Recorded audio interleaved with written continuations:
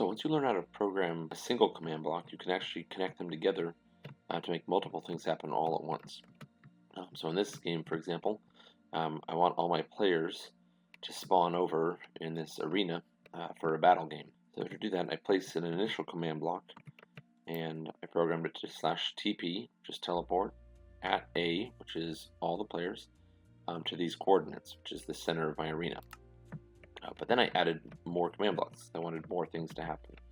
I wanted to make sure player versus player damage was set to true.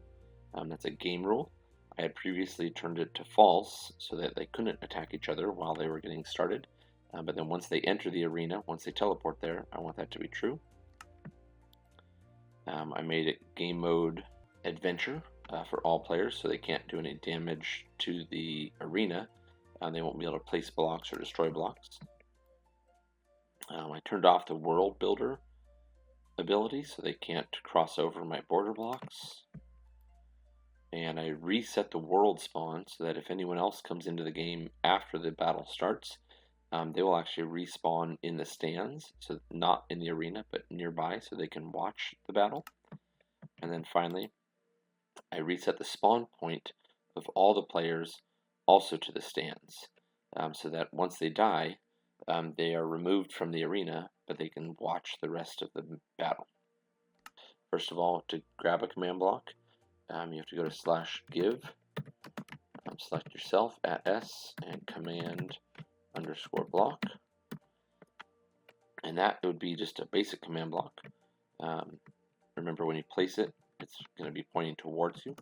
So I'll place it right here. And then you can right click on it and enter your command. Now, we'll get into some of this stuff on the side.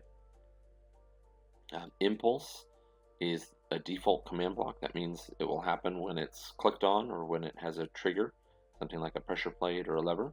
But if you want it to happen just connected, like what I did, so after this happens, then this, then this, then this, you would change it to a chain.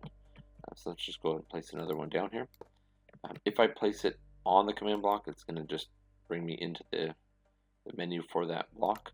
Remember, you can hold down Shift and then place it, or sometimes I actually just click on the ground to place it.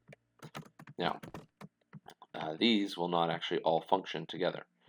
To make them all go at the same time, you need to right click on it and change it to chain. Then chain will happen one after another. The rest of these settings I normally leave alone, and then they'll all happen like they're linked together.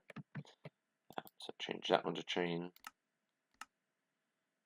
Nice little trick is once you have one item in your world, you can just click on it with the wheel. If I click on that one with the wheel, now in my inventory I've got a command block and a chain command block. And I could just place them, and I could right click on them and change the different commands, and then all those commands would happen basically at the same time. Technically it's one after another, but there's very little delay in between. If you wanted to bend the chain, you could take a command block and place it sideways. Oops.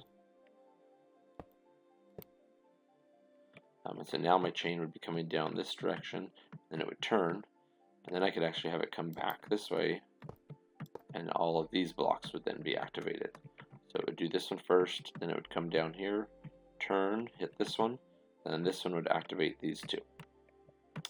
So that's how you can kind of really combine command blocks together to do a bunch of commands all at once.